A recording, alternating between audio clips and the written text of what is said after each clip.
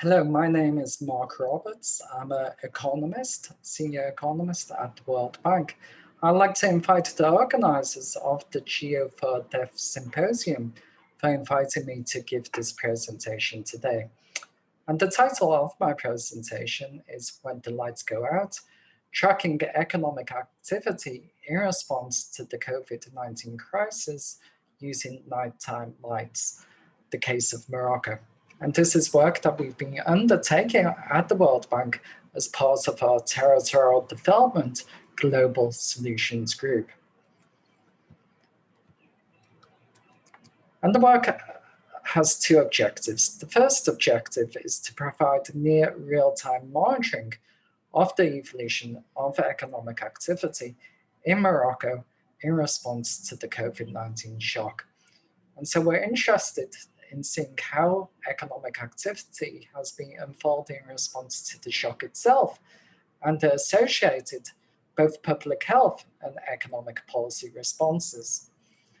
A second objective is to assess the different economic impacts of COVID-19 across Morocco's subnational regions to see which regions were initially hardest hit by the shock, which regions have been recovering fastest, and which are struggling to recover the most.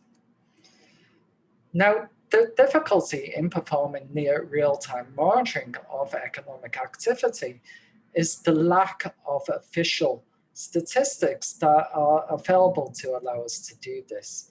So although Morocco publishes real GDP data, it only does so at the national level, and that data is quarterly data that is only available with a time lag of a few months. And so given this, we decided to turn to nighttime lights data. And so this data, as many of you will know, captures all lights which are emitted into the night sky, including street lighting, vehicle headlights, outdoor flood lighting, and outdoor lit signs, amongst other sources. Also importantly, it captures lights from informal economic activities. And this data is available on a monthly basis. And one key advantage of the data is that it has a long time series at the monthly level, going back to April 2012. And so the data is available from not only after the COVID-19 shock, but also from before the shock.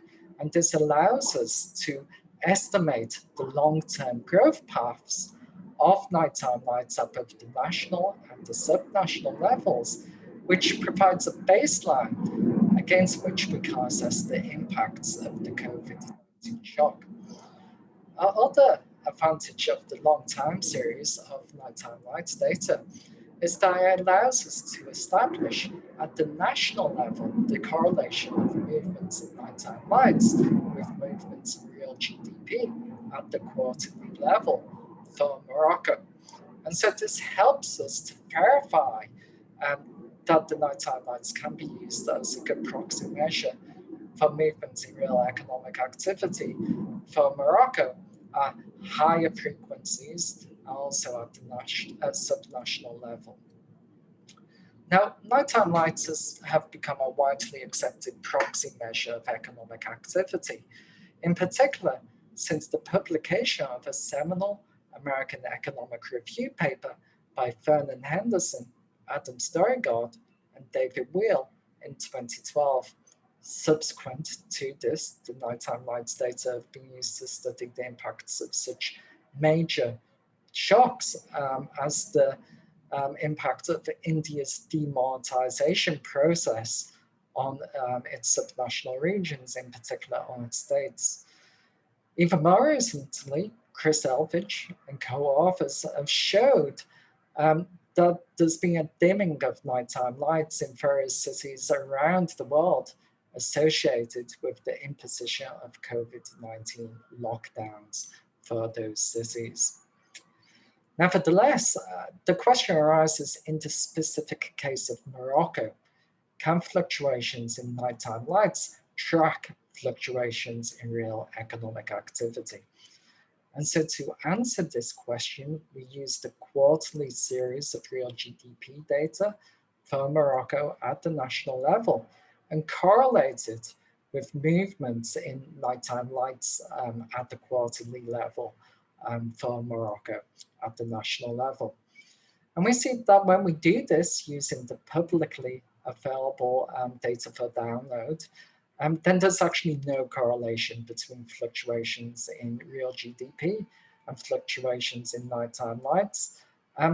But this is because that the downloadable data at the monthly frequency is subject to various forms of background noise, including temporal lights in non-urban areas.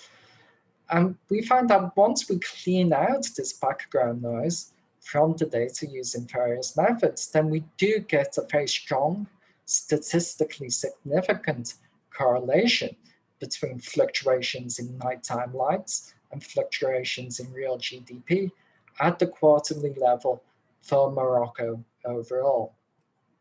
And we can visualize this correlation in this graph on the screen. And so the blue line shows the movements of nighttime lights around trend, and the red dashed line shows the fluctuations in real GDP around the trend growth path of real GDP for Morocco. And we see that the two line up quite nicely in terms of the timing of the fluctuations that occur in both variables. And we're able to estimate that the elasticity of real GDP with respect to nighttime lights is around 0.3. Nevertheless, it's important to note that this elasticity does not appear to be constant across all fluctuations in real economic activity. In particular, for certain fluctuations, the movement in nighttime lights is much bigger than the movement in real GDP. Whilst for the most recent fluctuations in real GDP over the last 2 years prior to COVID-19, we see that if anything, the elasticity appears close to 1. So the conclusion that we draw from this is that the nighttime lights data is best used to track the timing of changes in real economic activity. For example, the movements from growth of economic activity to decline, and the movement from decline to recovery, then rather attempting to use the nighttime lights data to derive precise quantitative estimates of the changes in real GDP for Morocco. So having established this correlation between movements in real GDP and movements in nighttime lights, let's look at how Morocco's nighttime lights have evolved following the onset of the COVID-19 crisis, starting at the national level before moving to the sub-national regional level. So at the national level, if we look at February, just prior to the onset of COVID-19 in Morocco, then we see that nighttime lights in the country stood just above the long-term trend growth path of nighttime lights for the country, where we estimate that long-term trend growth path using the pre-COVID-19 data going back to April 2012. However, on the 2nd of March, Morocco announced its first case of COVID-19 and to swiftly followed in the same month the imposition of strict lockdown measures. Associated with this, we see that there was a fall of between 8 and 10 percentage points in the intensity of Morocco's nighttime lights relative to the long-term trend growth path of nighttime lights in the country.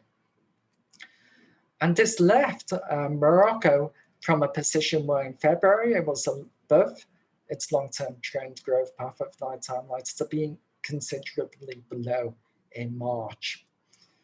That then followed in April a further, albeit much smaller, in the intensity of Morocco's nighttime lights, followed by some degree of recovery in May in the intensity of nighttime lights. But nevertheless, despite this partial recovery, the intensity of nighttime lights still lay below the long-term trend growth path as defined by the pre-COVID-19 data. And this partial recovery in the intensity of Morocco's nighttime lights coincided with a leveling off in the number of COVID-19 cases and deaths in the country that occurred in May. Nevertheless, by July, we see that this partial recovery that occurred in May had almost been completely wiped out. And if we fast forward to September, we see that by September, the latest month for which we've analyzed the nighttime lights data, then the intensity of nighttime lights was about at the same level as in March, being considerably below the level in February, just prior to the onset of the COVID-19 crisis in the country. Now let's turn to look at the results at the subnational level for Morocco's regions. And so we see that almost uniformly across the subnational regions, there have been declines in nighttime light intensity relative to February and relative to the pre-COVID-19 trend growth path of nighttime lights. Nevertheless, the magnitude of these impacts have varied quite considerably across the subnational regions. And in particular, we can identify three different groups of subnational regions. The first group is a group of three regions that have been the hardest hit by the COVID-19 crisis in terms of the intensity of nighttime lights and therefore presumably economic activity. And by September, these regions had suffered declines of between 15 and 25 percentage points in the intensity of the nighttime lights compared to February and compared to the pre-COVID-19 trend growth path of nighttime lights for the individual regions. The second group of regions hasn't been quite as hard hit as the first group of regions, but nevertheless, there have been large negative impacts on the intensity of nighttime lights. So here we have a group of four regions. By September, these regions have suffered declines of between 5 and 15 percentage points in the intensity of the nighttime lights relative to February and relative to the pre-COVID-19 trend growth paths. And finally, we have a set of two regions that have actually managed to recover in terms of the levels of intensity of nighttime lights in September compared to February, the last pre-COVID-19 month, and relative to the long-term trend growth paths. And so these regions are Casablanca, Settat, and Sousse Massa in Morocco.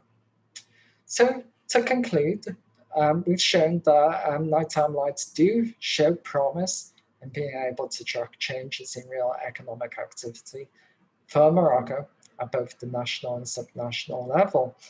And so therefore do show promise in terms of being able to facilitate near real-time monitoring at a monthly frequency of changes in economic activity, with the caveat that the data is better used for tracking the timing of changes in economic activity as opposed to being used to derive precise quantitative estimates of changes in real GDP.